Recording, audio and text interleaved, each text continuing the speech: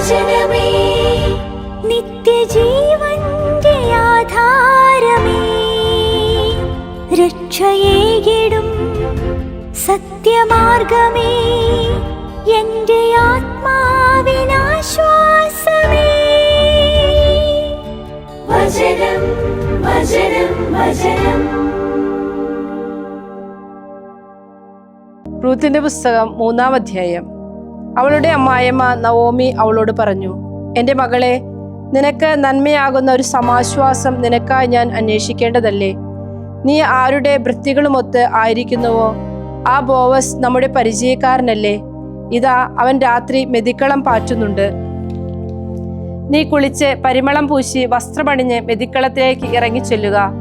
എന്നാൽ അവൻ ഭക്ഷിക്കുന്നതും പാനം ചെയ്യുന്നതും കഴിയുന്നതുവരെ നീ അവന് സ്വയം വെളിപ്പെടുത്തരുത്. അവൻ കിടക്കാറാകുമ്പോൾ അവൻ ശയിക്കുന്ന സ്ഥലം മനസ്സിലാക്കി ചെന്ന് അവൻ്റെ കാൽക്കീഴ് അനാവൃതമാക്കി അവിടെ കിടക്കുക. നീ ചെയ്യേണ്ടതെന്തെന്ന് അവൻ നിന്നോട് വിവരിക്കും. അവൾ അവളോട് പറഞ്ഞു, നീ പറഞ്ഞതെല്ലാം ഞാൻ ചെയ്യാം. അവൾ മെതിക്കളത്തിലേക്ക് ഇറങ്ങിച്ചെന്ന് തൻ്റെ അമ്മായിയമ്മ നിർദ്ദേശിച്ചതുപോലെയെല്ലാം പ്രവർത്തിച്ചു. ഭക്ഷിച്ചും പാനം ചെയ്തും സന്തുഷ്ടചിത്തനായി ബോവസ് ധാന്യക്കൂമ്പാരത്തിന്റെ അരികുപറ്റി കിടക്കാൻ ചെന്നു. അപ്പോൾ അവൾ രഹസ്യത്തിൽ ചെന്ന് അവന്റെ കാൽക്കീഴ് അനാവൃതമാക്കി കിടന്നു. അർദ്ധരാത്രി ആയപ്പോൾ അയാൾ ഞെട്ടിത്തിരിഞ്ഞു. ഇതാ തന്റെ കാൽക്കീഴിൽ ഒരു സ്ത്രീ ശയിക്കുന്നു. നീ ആരാണ്? അവൻ ചോദിച്ചു. ഞാൻ അങ്ങയുടെ ദാസിയായ റൂത്ത് ആണ് എന്നവൾ പറഞ്ഞു. അങ്ങ് എൻ്റെ ബന്ധുവാകിയാൽ അങ്ങയുടെ വസ്ത്രാഞ്ചലം അങ്ങേ ദാസിയുടെ മേൽ വിരിക്കണം. അവൻ പറഞ്ഞു, എൻ്റെ മകളെ, കർത്താവിന് നീ അനുഗ്രഹീതയായിരിക്കട്ടെ. യുവാക്കന്മാർക്ക് പിന്നാലെ ദരിദ്രനോ ധനികനോ ആകട്ടെ പോകാതെ നിന്റെ രണ്ടാമത്തെ ഉദാരകൃത്യം ആദ്യത്തേതിനേക്കാൾ നീ മെച്ചപ്പെടുത്തി. ഇപ്പോൾ എൻ്റെ മകളെ, നീ ഭയപ്പെടേണ്ട. നീ ചോദിക്കുന്നതെന്തും നിനക്ക് ഞാൻ ചെയ്തു തരാം. എന്തെന്നാൽ നീ ഒരു സുഹൃതിനിയാണെന്ന് എൻ്റെ ജനത്തിന്റെ കവാടം മുഴുവൻ അറിയും. ഞാൻ നിന്റെ ഒരു ഉറ്റബന്ധുവാണെന്നത് ശരിയാണെങ്കിലും നിനക്ക് എന്നേക്കാൾ അടുത്ത ഒരു ഉറ്റബന്ധു കൂടിയുണ്ട്. രാത്രി ചെലവഴിക്കുക, പ്രഭാതമാകട്ടെ. അവൻ നിന്നെ വീണ്ടെടുക്കുമെങ്കിൽ നന്ന്. അവൻ തന്നെ വീണ്ടെടുക്കട്ടെ. നിന്നെ വീണ്ടെടുക്കാൻ അവൻ മനസ്സാകുന്നില്ലെങ്കിൽ ജീവിക്കുന്ന കർത്താവാണ് ഞാൻ തന്നെ നിന്നെ വീണ്ടെടുത്തുകൊള്ളാം. പ്രഭാതം വരെ നീ കിടന്നുകൊള്ളുക. പ്രഭാതം വരെ അവൾ അവന്റെ കാൽക്കീഴ് കിടന്നു. ആളുകൾ പരസ്പരം തിരിച്ചറിയാറാകുന്നതിന് മുൻപേ അവൾ എഴുന്നേറ്റു. അവൻ പറഞ്ഞു, മെതിക്കളത്തിൽ സ്ത്രീ വന്നെന്ന് പരസ്യമാകരുത്. നിന്റെ മേലുള്ള വസ്ത്രം തരിക, അതിൽ മുറുകെ പിടിക്കുക. അവൾ അതിൽ മുറുകെ പിടിച്ചപ്പോൾ അവൻ ബാർലി 6 തവണ അളന്നു അവളുടെ മേൽ വച്ചുകൊടുത്തു. എന്നിട്ട് അവൻ നഗരത്തിലേക്ക് പോയി. അവൾ തന്റെ അമ്മായിയമ്മയുടെ പക്കൽ ചെന്നപ്പോൾ അവൾ ചോദിച്ചു, എൻ്റെ മകളെ, നിനക്ക് എന്തു സംഭവിക്കുകയുണ്ടായി? അയാൾ തന്നോട് ചെയ്തതെല്ലാം അവൾ അവളോട് വിവരിച്ചു. അവൾ പറഞ്ഞു, നിന്റെ അമ്മായിയമ്മയുടെ അടുത്തേക്ക് വെറും കൈയോടെ നീ പോകേണ്ട എന്ന് പറഞ്ഞ് ഈ 6 അളവ് ബാർലി അവൻ എനിക്ക് തന്നു. അപ്പോൾ അവൾ പറഞ്ഞു, എൻ്റെ മകളെ, കാര്യം എങ്ങനെ പരിണമിക്കും എന്നറിയും വരെ നീ അടങ്ങിയിരിക്കുക. ഇന്ന് തന്നെ നിശ്ചയമായും കാര്യം തീർപ്പാക്കാതെ അയാൾ വെറുതെ ഇരിക്കുകയില്ല. റൂത്തിന്റെ പുസ്തകം 4-ാം അധ്യായം. ബോവസ് കവാടത്തിങ്കൽ കയറി അവിടെ ഇരുന്നു. അപ്പോൾ അതാ ബോവസ് പറഞ്ഞ ബന്ധു കടന്നു വരുന്നു. അവൻ അയാളോട് പറഞ്ഞു, എടോ, വന്ന് ഇവിടെ ഇരിക്കൂ. അവൻ ചെന്ന് അവിടെ ഇരുന്നു. നഗരശ്രേഷ്ഠന്മാരിൽ നിന്ന് 10 പേരെ അവൻ കൊണ്ടുവന്ന്, നിങ്ങൾ ഇവിടെ ഇരിക്കുവിൻ എന്ന് അവൻ പറഞ്ഞു. അവർ ഇരുന്നു. അവൻ ബന്ധുവിനോട് പറഞ്ഞു, മോവാബ് ദേശത്തു നിന്ന് തിരിച്ചു വന്ന നവോമി നമ്മുടെ ചാർച്ചക്കാരനായ എലീമേലെക്കിനുള്ള വയൽ വിഹിതം വിൽക്കുകയാണ്. നീ കേൾക്കെ ഇപ്രകാരം വെളിപ്പെടുത്തണമെന്ന് ഞാൻ കരുതി. ഇരിക്കുന്നവരുടെ സാന്നിധ്യത്തിലും എൻ്റെ ജനത്തിന്റെ ശ്രേഷ്ഠന്മാരുടെ സാന്നിധ്യത്തിലും നീ അത് വാങ്ങുക. നീ വീണ്ടെടുക്കുന്നെങ്കിൽ വീണ്ടെടുക്കുക, വീണ്ടെടുക്കുന്നില്ലെങ്കിൽ ഞാൻ അറിയേണ്ടതിന് എന്നോട് വ്യക്തമാക്കുക. എന്തെന്നാൽ വീണ്ടെടുക്കാൻ നീയൊഴികെ ആരുമില്ല. ഞാനാണ് നിനക്ക് ശേഷമുള്ളത്. അവൻ പറഞ്ഞു, ഞാൻ വീണ്ടെടുക്കാം. അപ്പോൾ ബോവസ് പറഞ്ഞു, നവോമിയുടെ കയ്യിൽ നിന്ന് മോവാബിയായ റൂത്തിൽ നിന്നും നീ വയൽ വാങ്ങുന്ന ദിവസം മരിച്ചവന്റെ നാമം അവന്റെ അവകാശത്തിന്മേൽ നിലനിർത്തുന്നതിനു വേണ്ടി അവന്റെ വിധവയെ നീ വാങ്ങുന്നതാണ്. അപ്പോൾ ബന്ധു പറഞ്ഞു, ഞാൻ എൻ്റെ അവകാശം നശിപ്പിക്കേണ്ടി വരും എന്നതുകൊണ്ട് എനിക്ക് വീണ്ടെടുക്കാനാവില്ല. എനിക്ക് വീണ്ടെടുക്കാൻ സാധ്യമല്ലാത്തതിനാൽ എൻ്റെ വീണ്ടെടുപ്പ് ധർമ്മം നീ നിനക്കായി നിറവേറ്റിക്കൊള്ളുക. വീണ്ടെടുപ്പ് കൈമാറ്റവും സംബന്ധിച്ച് ഏതു കാര്യവും ഉറപ്പിക്കുന്നതിന് ഇസ്രായേലിൽ മുൻ നടപടിക്രമം ഇതായിരുന്നു: ഒരാൾ തൻ്റെ ചെരുപ്പൂരി തൻ്റെ സഹോദരന് കൊടുക്കും. ഇതായിരുന്നു ഇസ്രായേലിലെ സ്ഥിരീകരണ രീതി. നീ വാങ്ങിക്കൊള്ളുക എന്ന് ബോവസിനോട് പറഞ്ഞ് ആ ബന്ധു തൻ്റെ ചെരുപ്പൂരി.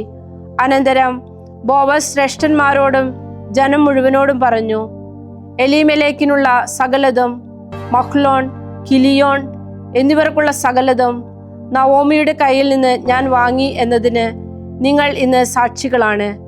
മരിച്ചവന്റെ നാമം അവന്റെ അവകാശത്തിന്മേൽ സ്ഥാപിക്കാനും മരിച്ചവന്റെ നാമം അവന്റെ സഹോദരങ്ങളിൽ നിന്നും അവന്റെ സ്ഥലത്തിന്റെ കവാടത്തിൽ നിന്നും വിച്ഛേദിക്കപ്പെടാതിരിക്കാനും വേണ്ടി മഹ്ലോന്റെ ഭാര്യ മോവാബിയായ റൂത്തിനെ എനിക്ക് ഭാര്യയായും ഞാൻ നേടിയിരിക്കുന്നു. ഇന്ന് നിങ്ങൾ അതിന് സാക്ഷികളാണ്. കവാടത്തിലുള്ള ജനം മുഴുവനും ശ്രേഷ്ഠന്മാരും പറഞ്ഞു, സാക്ഷികൾ തന്നെ. കർത്താവ് നിന്റെ ഭവനത്തിലേക്ക് വരുന്ന സ്ത്രീയെ റാഹേലിനെ പോലെയും ലേയയെ പോലെയും ആക്കി തീർക്കട്ടെ. അവരിരുവരുമാണല്ലോ ഇസ്രായേൽ ഭവനം പണിതുയർത്തിയത്. നീ എഫാത്തയിൽ ഐശ്വര്യവാനായി ഇരിക്കുക, ബെത്ലഹേമിൽ പേരെടുക്കുക. ഈ യുവതിയിൽ നിന്ന് കർത്താവ് നിനക്ക് തരുന്ന സന്താനം മൂലം നിന്റെ ഭവനം യൂദായ്ക്ക് വേണ്ടി താമാർ പ്രസവിച്ച പേരസിന്റെ ഭവനം പോലെ ആകട്ടെ. ബോവസ് റൂത്തിനെ സ്വീകരിച്ചു. അവൾ അവന് ഭാര്യയായി തീർന്നു. അവൻ അവളെ പ്രാപിച്ചു. കർത്താവ് അവൾക്ക് ഗർഭം അനുവദിച്ചു. അവളൊരു പുത്രനെ പ്രസവിച്ചു. അപ്പോൾ സ്ത്രീകൾ നവോമിയോട് പറഞ്ഞു, ഇന്ന് നിനക്ക് ഒരു വീണ്ടെടുപ്പുകാരനെ ഇല്ലാതാക്കാത്ത കർത്താവ് വാഴ്ത്തപ്പെട്ടവനാകട്ടെ. ഇസ്രായേലിൽ അവൻ പ്രസിദ്ധനാകട്ടെ. അവൻ നിനക്ക് ജീവോദ്ധാരകനും നിന്റെ വാർദ്ധക്യത്തിൽ ആലംബവും ആയിരിക്കും. എന്തെന്നാൽ നിന്നെ സ്നേഹിക്കുന്ന നിന്റെ മരുമകളാണ് നിനക്ക് 7 പുത്രന്മാരെക്കാൾ നല്ലവളായ അവളാണ് അവനെ പ്രസവിച്ചത്. നവോമി ശിശുവിനെ എടുത്ത് തന്റെ മാറോടടച്ചു. അവൾ അവന് വളർത്തമ്മയായി. അയൽക്കാരികൾ നവോമിക്ക് ജനിച്ച പുത്രൻ എന്ന് പറഞ്ഞ് അവന് പേരിട്ടു. ഓബദ് എന്നാണ് അവർ അവന് പേരിട്ടത്. അവൻ ദാവീദിന്റെ പിതാവായ ജെസ്സിയുടെ പിതാവാണ്. പേരസിന്റെ വംശാവലി ഇവയാണ്: പേരസ് ഹെസ്രോണിനെ ജനിപ്പിച്ചു. ഹെസ്രോൺ റാമിനെ ജനിപ്പിച്ചു. റാം അമിനാദാബിനെ ജനിപ്പിച്ചു. അമിനാദാബ് നക്ഷോനെ ജനിപ്പിച്ചു. നക്ഷോൻ സൽമോനെ ജനിപ്പിച്ചു. സൽമോൻ ബോവസിനെ ജനിപ്പിച്ചു. ബോവസ് ഓബദിനെ ജനിപ്പിച്ചു. ഓബദ് ജസ്സയെ ജനിപ്പിച്ചു. ജസ്സെ ദാവീദിനെ ജനിപ്പിച്ചു. സുഭാഷിതങ്ങൾ 22-ാം അധ്യായം. സൽപ്പേര് വലിയ സമ്പത്തിനേക്കാൾ അഭികാമ്യമാണ്. ദയ വെള്ളിയെയും സ്വർണത്തേക്കാൾ നല്ലതാണ്. ധനികനും ദരിദ്രനും തുല്യത പുലർത്തുന്നു. എല്ലാവരെയും ഉരുവാക്കിയത് കർത്താവാണ്. കുശാഗ്രബുദ്ധി ആപത്തുകൊണ്ട് സ്വയം ഒഴിഞ്ഞു മാറുന്നു. സരളചിത്തർ കടന്നു ചെന്ന് പിഴയൊടുക്കുന്നു. വിനയത്തിൻ്റെയും കർത്തഭയത്തിൻ്റെയും പ്രതിഫലം സമ്പത്തും ബഹുമതിയും ജീവനുമാണ്. വികടന്റെ വഴിയിൽ മുള്ളുകളും കെണികളുമാണ്. സ്വജീവൻ സൂക്ഷിക്കുന്നവൻ അവയിൽ നിന്ന് അകന്നു മാറും. കുട്ടിക്ക് അവന്റെ വഴി വേണ്ട വിധം തുടക്കമിട്ട് കൊടുക്കുക. വാർദ്ധക്യമായാലും അവൻ അതിൽ നിന്ന് വ്യതിചലിക്കുകയില്ല. ധനികൻ ദരിദ്രരെ ഭരിക്കുന്നു. കടം വാങ്ങുന്നവൻ കടം കൊടുക്കുന്നവന് അടിമയാണ്. അധർമ്മം വിതയ്ക്കുന്നവൻ അനർത്ഥം കൊയ്യും. അവന്റെ അഹന്തയുടെ ചെങ്കോൽ തിരോഭവിക്കും. സദ്വീക്ഷണമുള്ളവനാണ് അനുഗ്രഹീതൻ. എന്തെന്നാൽ അവൻ തന്റെ ആഹാരത്തിൽ നിന്ന് ദരിദ്രന് കൊടുക്കുന്നു. പരിഹാസകനെ ആട്ടിയോടിക്കുക, കലഹം വിട്ടുപോകും. വഴക്കും ശകാരവും നിലയ്ക്കുകയും ചെയ്യും. ഹൃദയനൈർമല്യം ഇഷ്ടപ്പെടുന്നവൻ അധര ലാവണ്യമുള്ളവനാണ്. അവന്റെ മിത്രമാണ് രാജാവ്. കർത്താവിന്റെ കണ്ണുകൾ വിജ്ഞാനം കാത്തു സൂക്ഷിക്കുന്നു. അവിശ്വസ്തന്റെ വചനങ്ങൾ അവിടുന്ന് തകിടം മറിക്കുന്നു. അലസൻ പറയുന്നു, പുറത്ത് സിംഹമുണ്ട്, തെരുവ് മധ്യേ ഞാൻ കൊല്ലപ്പെടും. അപരിചിതകളുടെ വായ് അഗാധ ഗർത്തമാണ്. കർത്താവിന്റെ ശാപമേറ്റവൻ അവിടെ നിപതിക്കും. കുട്ടിയുടെ ഹൃദയത്തിൽ കെട്ടുപിടഞ്ഞ വിഡ്ഢിത്തമുണ്ട്. ശിക്ഷണത്തിന്റെ വടി അവനിൽ നിന്ന് അത് ദൂരെ അകറ്റും. തനിക്ക് അഭിവൃദ്ധി ഉണ്ടാകുന്നതിന് ദരിദ്രനെ ഞെരുക്കി സമ്പന്നന് സംഭാവന നൽകുന്നവൻ തീർച്ചയായും വറുതിയിലേക്കാണ്. നീ നിന്റെ ചെവി ചായ്ച്ച് ജ്ഞാനികളുടെ വചനങ്ങൾ കേൾക്കുക. എൻ്റെ വിജ്ഞാനത്തോട് നീ നിന്റെ ഹൃദയം ചേർത്ത് വയ്ക്കുക. അവ നിന്റെ ഉള്ളിൽ കാത്തു സൂക്ഷിക്കുന്നത് തീർച്ചയായും കമനീയമാണ്. അവ ഒന്നടങ്കം നിന്റെ അധരങ്ങളിൽ സ്ഥാപിതമായിരിക്കട്ടെ. നിന്റെ ആശ്രയം കർത്താവിൽ ആയിരിക്കേണ്ടതിന് ഇന്ന് ഞാൻ നിന്നെ തന്നെ ബോധവൽക്കരിക്കുന്നു. ഉപദേശങ്ങളും വിജ്ഞാനവുമായി 30 എണ്ണം നിനക്ക് ഞാൻ എഴുതിയിട്ടുള്ളതല്ലേ? നിന്നെ അയച്ചവർക്ക് സത്യോക്തികൾ തിരിച്ചെത്തിക്കേണ്ടതിന് സത്യോക്തികളുടെ വാസ്തവികത നിന്നെ ഗ്രഹിപ്പിക്കാനാണത്. ദരിദ്രനെ നീ കൊള്ളയടിക്കരുത്, എന്തെന്നാൽ അവൻ ദരിദ്രനാണ്. അഗതിയെ പടിവാതിക്കൽ വെച്ച് മർദ്ദിക്കുകയും അരുത്. തീർച്ചയായും കർത്താവ് അവരുടെ അന്യായം വാദിക്കും. അവരുടെ മുതൽ അപഹരിക്കുന്നവരുടെ ജീവൻ അവിടുന്ന് അപഹരിക്കും. കോപശീലനോട് നീ സൗഹൃദം പുലർത്തരുത്, രോഷാകുലനോടൊത്ത് പോവുകയും അരുത്. ഇത് നീ അവന്റെ ശീലങ്ങൾ പഠിക്കാതിരിക്കാനും അങ്ങനെ നീ നിന്റെ ജീവനെ കെണിവെക്കാതിരിക്കാനും ആണ്. കരതലം അടിക്കുന്നവരുടെ ഇടയിൽ, ജാമ്യക്കാരനാകുന്നവരുടെ ഇടയിൽ നീ പെടരുത്. കൊടുത്തുവിട്ടാൻ നിനക്ക് വകയില്ലാതായാൽ എന്തിന് അവൻ നിന്റെ കീഴേ നിന്ന് നിന്റെ കിടക്ക എടുത്തുകൊണ്ടു പോകണം? നിന്റെ പൂർവികർ ഉണ്ടാക്കിയ അതിർത്തി ഒരു കാലത്തും നീ മാറ്റരുത്. തന്റെ ജോലിയിൽ ഉത്സാഹിയായ ഒരുവനെ നീ ദർശിച്ചു. അവൻ രാജാക്കന്മാരുടെ മുൻപിൽ നിലയുറപ്പിക്കും. നിസ്സാരന്മാരുടെ മുൻപിൽ അവൻ നിലയുറപ്പിക്കേണ്ടി വരില്ല. വിശുദ്ധ ലൂക്കാ എഴുതിയ സുവിശേഷം 19-ാം അധ്യായം 28 മുതൽ 48 വരെയുള്ള തിരുവചനങ്ങൾ. അവൻ ഇത് പറഞ്ഞ ശേഷം ജെറുസലേമിലേക്ക് കയറി മുൻപേ പോയിക്കൊണ്ടിരുന്നു. ഒലിവുമലയ്ക്ക് അരികെയുള്ള ബെത്ഫഗായ്ക്കും ബെഥാനിയായ്ക്കും അടുത്തെത്തിയപ്പോൾ അവൻ 2 ശിഷ്യന്മാരെ ഇപ്രകാരം നിർദ്ദേശിച്ചയച്ചു: എതിരെയുള്ള ഗ്രാമത്തിലേക്ക് പോകുവിൻ. അതിൽ പ്രവേശിക്കുമ്പോൾ ഒരിക്കലും മനുഷ്യരാരും ഇരുന്നിട്ടില്ലാത്ത ഒരു കഴുതക്കുട്ടിയെ കെട്ടിയിരിക്കുന്നത് കാണും. അതിനെ അഴിച്ചുകൊണ്ടുവരിക. നിങ്ങൾ അതിനെ അഴിക്കുന്നത് എന്തിനെന്ന് ആരെങ്കിലും ചോദിച്ചാൽ ഇങ്ങനെ പറയണം: കർത്താവിന് അതിനെ കൊണ്ട് ആവശ്യമുണ്ട്. അയക്കപ്പെട്ടവർ പോയി അവൻ അവരോട് പറഞ്ഞതുപോലെ കണ്ടു. അവർ കഴുതക്കുട്ടിയെ അഴിക്കുമ്പോൾ അതിൻ്റെ ഉടമസ്ഥർ അവരോട്, നിങ്ങൾ എന്തിനാണ് കഴുതക്കുട്ടിയെ അഴിക്കുന്നത് എന്ന് ചോദിച്ചു.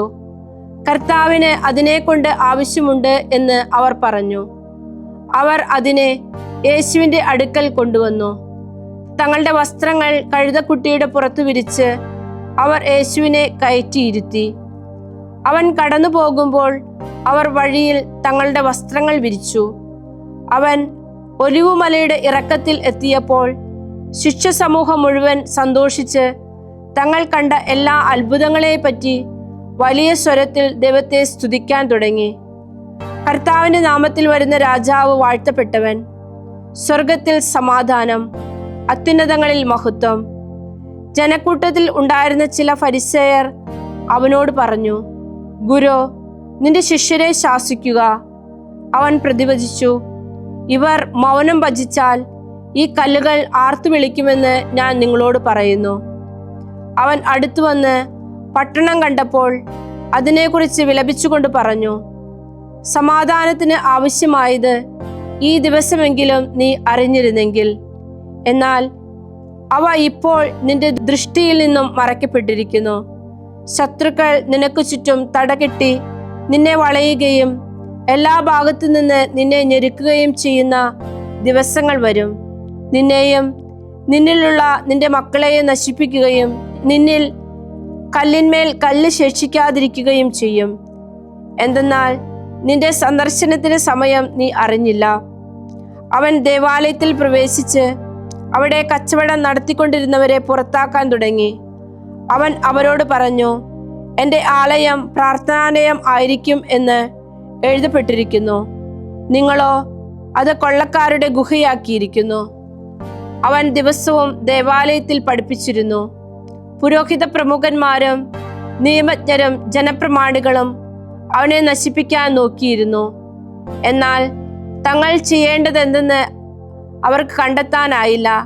കാരണം ജനങ്ങളെല്ലാം അവനെ ശ്രമിച്ചുകൊണ്ട് അവനോട് ചേർന്ന് നിന്നിരുന്നു. ദൈവവചനമേ, നിത്യജീവന്റെ ആധാരമേ, രക്ഷയേകിടും സത്യമാർഗമേ, എന്റെ